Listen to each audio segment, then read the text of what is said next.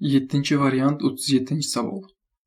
DNK'dagi purinlar soni vodorod bog'larga nisbatan 1700 taga kam bo'lib, shu DNK'ga transpozon kelib qo'shilgandan keyin vodorod bog'lar soni 20% ga ortib 3360 dan tashkil qildi. Nukleotidlar esa 23% ga ortdi. Demak, bizga mana bunday jadval kerak bo'lib qoladi. Ya'ni bu yerda DNK transpozon, bu yerda esa rekombinant DNK. Demak, bizda dastlab qandaydir DNK zanjiri bor ekan, unga transpozon kelib birikkan ekan. Keyinchalik u rekombinant DNK ga endi aylandi. Xo'p, ana endi birinchi qiladigan ishimiz bu yerda belgilash kiritib olish. Demak, adeninni X deb belgilab olaman, guaninni esa Y deb. Ana endi X plus Y manda purinlar soni. Vodorod bog'lar sonini esa 2X plus 3Y deb belgilash kiritib olaman. Yaxshi. Ana endi keyingi ishga o'tsak. Bizda aytilyaptiki, purinlar soni vodorod bog'larga nisbatan 1700 taga kam bo'lib deyapti. Xo'p, purinlar soni vodorod bog'lardan 1700 taga kam ekan. Agar vodorod bog'lar purinlar soniga 1700 ni qo'shsak, demak vodorod bog'lar soniga tenglashadi. Demak, hisobladigan bo'lsak, X plus 2Y bu 1700 taga teng ekan.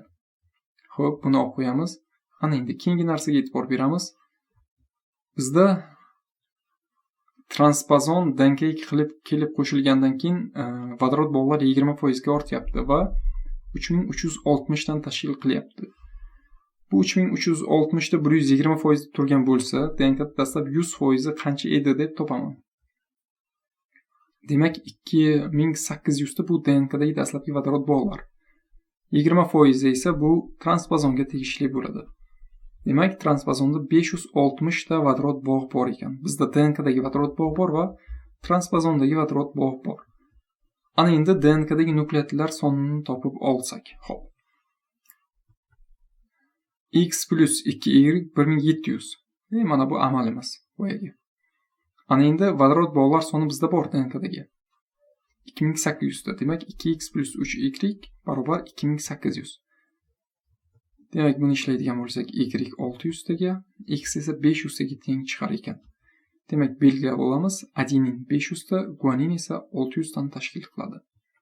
Ana endi 5-ishimiz. Demak, DNKdagi dastlabki nukleotidlar soni, ya'ni 100% bu 2200 dan tashkil qilar ekan. Ya'ni bu 500 ta, bu 500 ta, 1000 ta, bu 600, bu 600 ta, 1200 ta. Jami DNKda 2200 ta nukleotid bor. Bu 100% da turibdi. Lekin transpozon kelib qo'shilgandan keyin nukleotidlar 23% ga ortyapti. 23% bu nechta nukleotid ekanligini topib olaman. Bu 506 ta ekan. 506 ta bu transpozondagi nukleotid.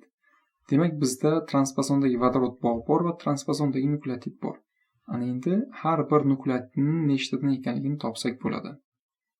2x plus 3y bu vodorod bog'lar soni, 2x plus 2y bu nukleotidlar soni. Demak, 506 ta. Y 54 ta, x 199 dan tashkil qildi. Demak, adenin 199 ta, guanin esa 54 ta ekan. Ana endi bemalol rekombinant DNKda qancha adenin, qancha guanin borligini topsak bo'ladi. Chunki DNKda dastlab 500 ta edi, unga transpozon kelib qo'shildi. Transpozonda 199 ta adenin bor edi. Tabiiyki, rekombinant DNKda ham 699 ta bo'ladi. Ya'ni 500 ga 199 ni qo'shamiz, 699 bo'ladi. Bu yerda ham guanin 600 ta, bu 54 ta. Qo'shsak 654 ta guanin tashkil qilar ekan.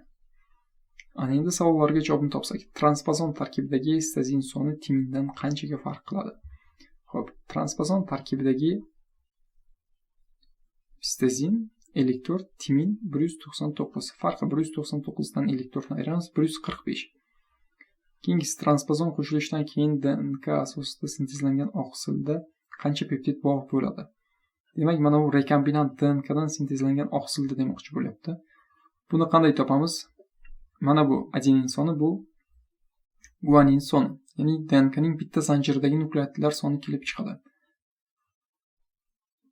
Undan informatsion RNK sintezlanadi, uni 3 ga bo'lyapmiz, aminokislota soni kelib chiqadi. Va birni ayirib olyapmiz, peptid bog'lar soni bizda kelib chiqadi. Javob 450 ekan.